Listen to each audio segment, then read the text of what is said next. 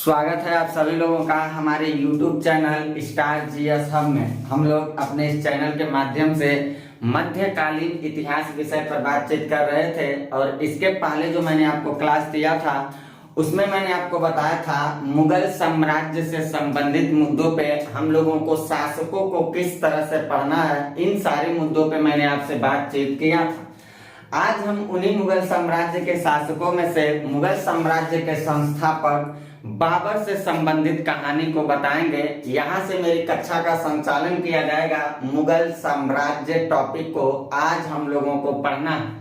Class को संचालन करने से पहले हम आपसे ये कहना चाहेंगे कि अगर अभी भी आप हमारे चैनल को सब्सक्राइब नहीं किए हैं तो प्लीज चैनल को आप अभी सब्सक्राइब कर लीजिएगा, बेल आइकन को प्रेस करिएगा, वीडियो को लाइक करिएगा और ज्यादा से ज्यादा वीडियो को शेयर करते रहिएगा ताकि आप लोगों की सहयोग हमको ऐसे निरंतर मिलती रहे और मैं पूरी हौसलाओं के साथ कंटेंट को लेकर के अपने YouTube चैनल के माध्यम से आप तक उपलब्ध करवाता रहूं ताकि आपकी प्रतियोगी परीक्षाओं के लिए वो काफी महत्वपूर्ण साबित होता रहे।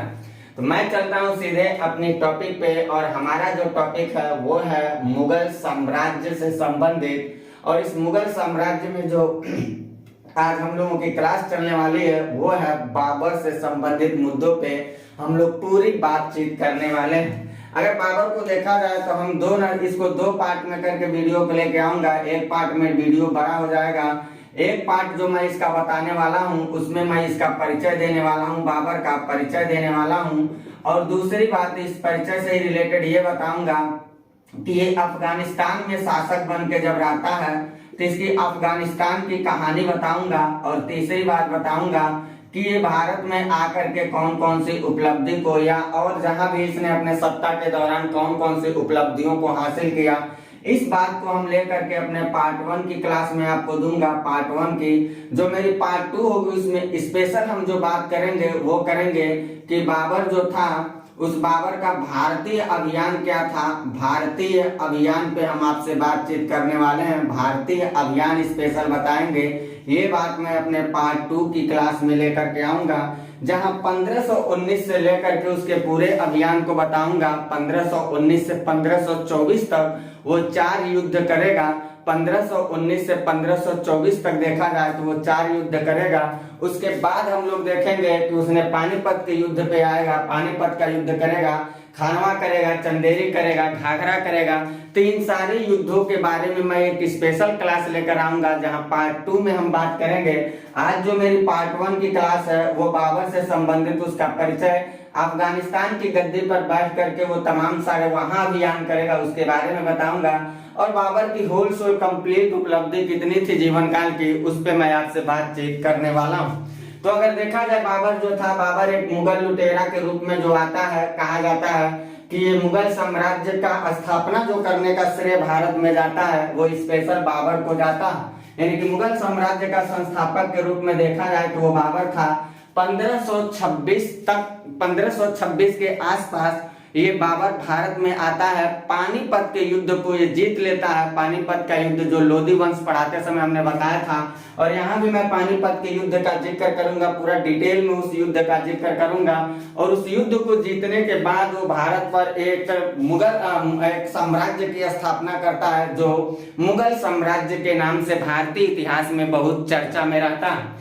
तो मुगल साम्राज्य के संस्थापक को अगर देखा जाए तो बाबर था जिसने 1526 में आकर के भारत की धरती पर एक नए साम्राज्य की स्थापना कर रहा है। उससे पहले देखते हैं हम लोग 1526 से पहले उसकी जीवन परिचय क्या दिखाई देती है। बाबर जो था इसके जन्म के बारे में देखा जाए तो 1483 के आसपास बताया जाता है। फरवरी में इसका जन्म हुआ था। तो महीना डेट नहीं याद है तो भी चलेगा, सन याद रखिएगा। 1483 के आसपास इसका जन्म हो रहा है फरगना में, यानी कि अफगानिस्तान के क्षेत्रों में इसका जन्म बताया जाता है। बाबर का जो पूरा नाम बताया जाता है, जो पूरा इसका नाम है वो है जहीरुद्दीन मोहम्मद बाबर के नाम से। इसका पूरा नाम जो था वो था जहीरुद्दीन मोहम्मद बाबर। इसके पिता जो थे उमर शेख मिर्जा थे और इसकी माता जो थी वो कुतलुग निगार करके इसके माता का नाम बताया जाता है। पिता की ओर से देखा जाए तो तैमूर लंग का 5वां वंशज आता है और माता कुतलुग निगार खानम की निगार की देखा जाए तो ये चंगेज खां के वंश घराने से गुजरते थे। तो चंगेज खां का यानी कि कहा जाए 14वें संतान के रूप में दिखाई देता है। यानी उमर शेख मिर्जा जो थे वो तैमूर लंग के वंश से बिलोंग करने वाले थे। तो उमर शेख मिर्जा का ये 5वां संतान, यानी कि कह सकते हैं तैमूर लंग के वंश से आने वाला ये 5वां संतान था। और माता जो कुतलुग निगार थे वो अगर उनको देखा जाए तो ये चंगेज खान से 14वें संतान के रूप में ये बाबर जन्म लेता है। जाति जो इसकी थी वो तुर्की बताई जाती है और जिस वंश परंपरा से बिलोंग करता था वो चटकाई वंश था। चटकाई वंश से संबंधित तुर्की एक जाति का रहने वाला बाबर एक लुटेरा व्यक्ति के नाम से भारतीय इतिहास में बहुत ख्याति को प्राप्त कर चुका है। कहा जाता है कि इसके पिता जो थे वो अफगानिस्तान यानी फरगना के शासक के रूप में थे और फरगना की गद्दी पर उसके पिता सत्ता की बागडोर को संचालित करते थे। जब पिता की मृत्यु हो जाती है यहीं से इसके इतिहास का प्रारंभ हो जाता है। पिता के मर जाने के बाद 1494 के आसपास 11 वर्ष की अवस्था में ये फरगना का बन जाता है शासक। जब शासक फरगना का ये बनता है, अपना राज्याभिषेक करवाता है, तो राज्याभिषेक करवाने में जो श्रेय लिया था, जिनका सहयोग लिया था, वो कोई और नहीं था बल्कि इसकी दादी थी। और इसकी दादी का नाम बताया जाता है एहसान दौलत बेगम इसकी दादी थी। इन्हीं के सहयोग से वो फरगना की गद्दी पे अपना राज्याभिषेक करवा के बन जाता है फरगना का शासक, यानी कि बाबर हो जाता है पिता की मृत्यु के बाद अफगानिस्तान का शासक बनने के बाद बाबर ने अफगानिस्तान के कई क्षेत्रों पर उसने ताबड़तोड़ हमला बोला। कहीं भी देखा जाए तो महत्वपूर्ण रूप से उसको सफलता दिखाई नहीं देता। बाबर अफगानिस्तान के क्षेत्रों में कईयों बार धावा बोलता है, कहीं जीतता है तो कहीं हारता है, कहीं जीतने के बाद भी सत्ता उसके हाथ से निकल के चली जाती है। ऐसी तमाम सारी विडंबनाएं उसके सामने आती हैं जो उसको अफगानिस्तान के क्षेत्रों में मुख्य रूप से रहने के लायक नहीं छोड़ती। यही कारण है कि बाबर भारत की तरफ पदार्पण करता है। बाबर के अगर अभियानों पे हम बात करें तो कहा जाता है पहला अभियान जो उसने जारी किया था वो 1494 में समरकंद पर किया था, लेकिन समरकंद का जो अभियान था वहां बाबर असफल हो जाता है। असफलता के बाद बाबर अपनी पूरी युद्ध नीति को कौशल करता है, अपनी पूरी तत्परता के साथ बाबर कहा जाता है 1497 के आसपास जब फरगना समरकंद पर आक्रमण करता है तो समरकंद को जीत लेता है। और माना जाता है कि जीत भी उसके नसीब में बहुत ज्यादा दिन नहीं था। लगभग ऐसा ऐतिहासिक प्रमाणों के अनुसार बताया जाता है कि समरकंद के क्षेत्रों को 1497 के आसपास जब बाबर जीतता है तो लगभग 100 दिन के आसपास तक वो शासन करता है। पुनः समरकंद उसके हाथ से निकल जाता है। बाबर ने दोबारा अभियान जारी किया। अभियान की ताड़ातोड़ उसकी पूरा ताड़ातोड़ तो अभियान जारी रखता ही था। कहा जाता है कि 1501 के आसपास जाकर के वो दोबारा समरकंद को क्या करता है, अभियान करता है। और जब दोबारा समरकंद पे अभियान करता है तो उसके नसीब में 8 महीने तक शासन दिखाई देता है, यानी कि 8 माह तक वो बन जाता है समरकंद का शासक। 8 माह के बाद पुनः लगभग 8 माह बताया जाता है पुनः समरकंद उसके हाथ से निकल जाता है। समरकंद क्षेत्र जो था वहां सैबानी खां नामक एक व्यक्ति था। सैबानी खां शासक था। जो सैबानी खां बाबर से एक बार युद्ध भी करता है। सैबानी खां कहा जाता है कि सरेपुल का जो युद्ध हुआ था 1501-2 के आसपास ये युद्ध चला था। इसमें 2 सत्ताएं लड़ी थी। एक तरफ सैबानी खां था और दूसरे तरफ बाबर था। सैबानी खां ने बाबर को बहुत ही बुरी तरीके से अपदस्थ कर दिया था। यानी कि सरेपुल का जो युद्ध हुआ था उसमें सैबानी खां जीत जाता है और बाबर जो था वो हार जाता है। बाबर पराजय को देखने के बाद बाबर की जो जिंदगी थी वो लगभग 2 सालों तक बाबर निर्वासीन जिंदगी को व्यतीत करता है, घुमक्कड़ की तरह जीवन को अपने व्यतीत करता है। क्योंकि समरकंद के क्षेत्र पे शासन करने वाला जो उज्बेक सरदार था, ये जो था सैबानी खां जो था, याद रखिएगा ये उज्बेक सरदार जो सैबानी खां था वो बाबर को ऐसा ध्वस्त कर देता है कि बाबर की जिंदगी 2 साल तक ऐसे मावलाओं की तरह घुमक्कड़ों की तरह निर्वासीन जिंदगी व्यतीत करने के लिए मजबूर कर देता है।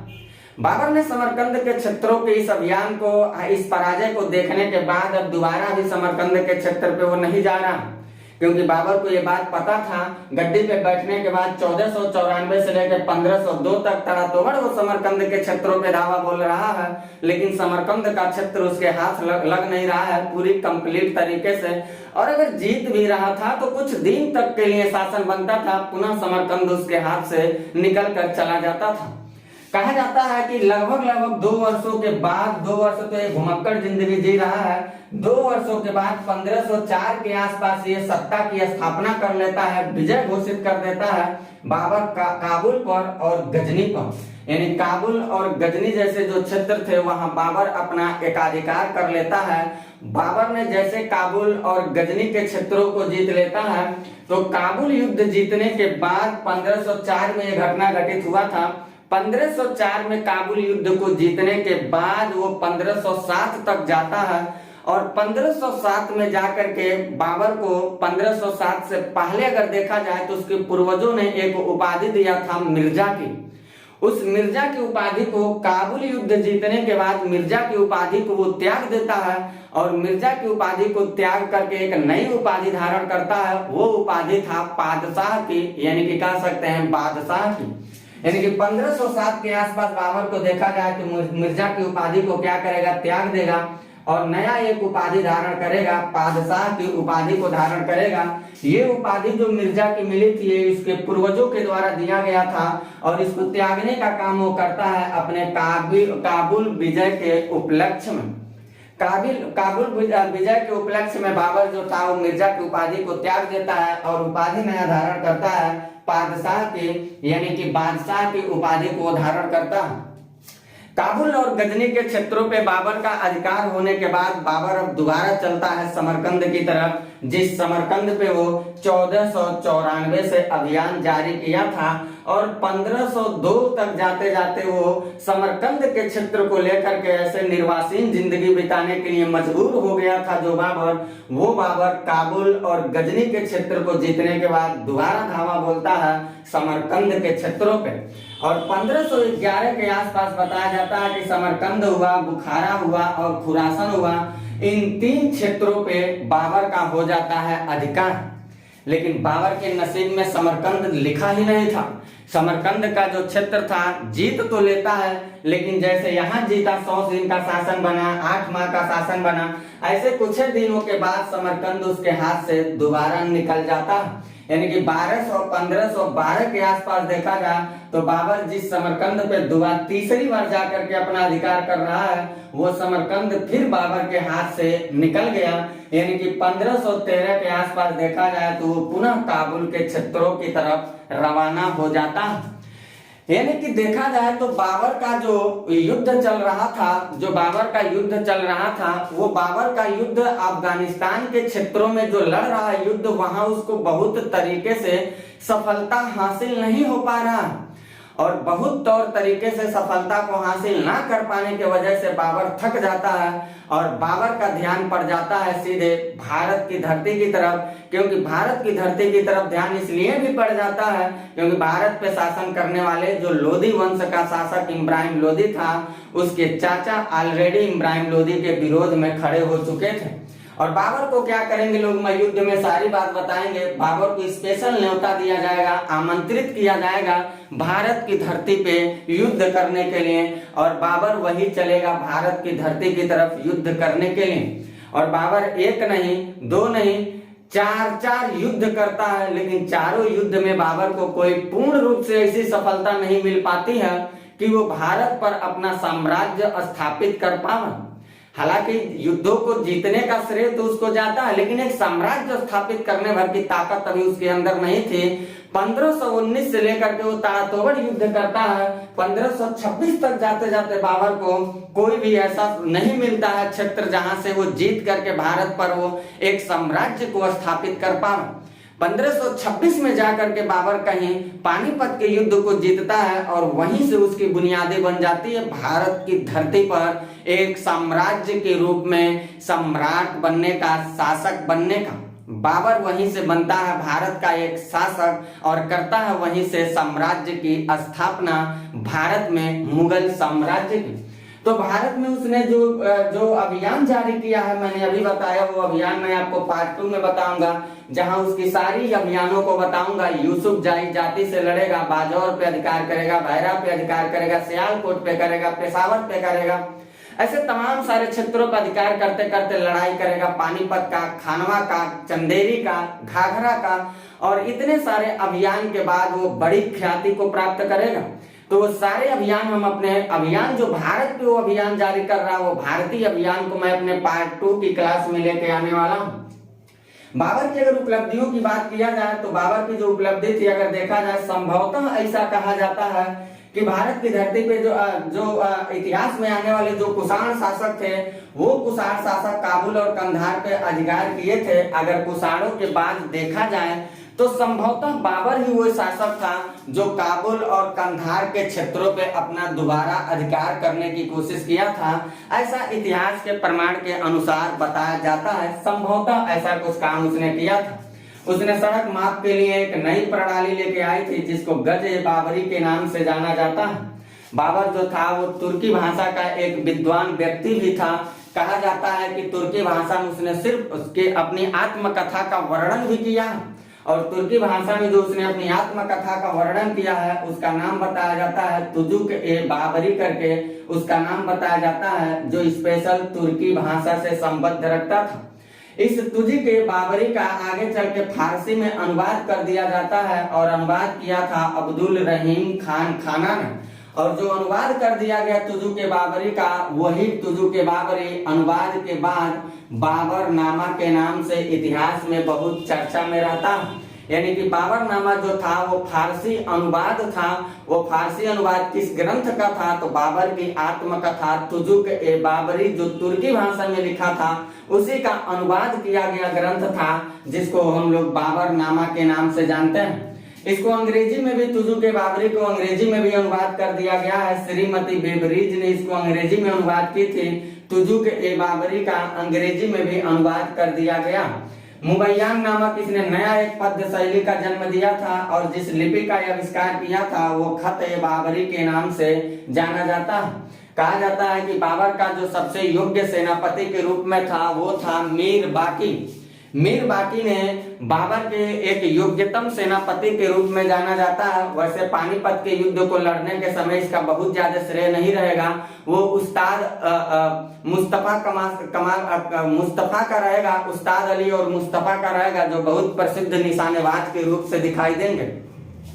लेकिन सेनापति के रूप में अगर देखा जाए तो मीर बाकी आता है, एक योग्य इसका सेनापति के रूप में आता है। और कहा जाता है कि ये वही मीर बाकी है जो मीर बाकी 1528 के आसपास की वो घटना घट रही है, जब वो अयोध्या में स्थित राम मंदिर को तोड़वा देता है और वहां पे एक नया आर्किटेक्चर का निर्माण करवाता है, जो बाबरी मस्जिद के नाम से काफी ख्याति प्राप्त किया। इन इस बाबरी मस्जिद का निर्माण देखा जाए तो लगभग 1528 के आसपास बाबर का सेनापति मीर बाकी करवा रहा है। कहाँ करवाता है? अयोध्या राम मंदिर के ध्वंसावशेषों पे करवाता।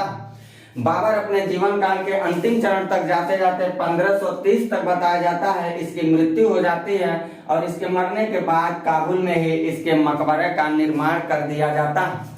बाबर का जो युद्ध था, मैं फिर कह रहा हूँ, बाबर जब आता है ये सब तमाम सारे अभियान यहाँ से लड़ते लड़ते वो आता है। तमाम सारी असफलता के बाद यहाँ से बाबर शुरू करता है भारतीय अभियान को।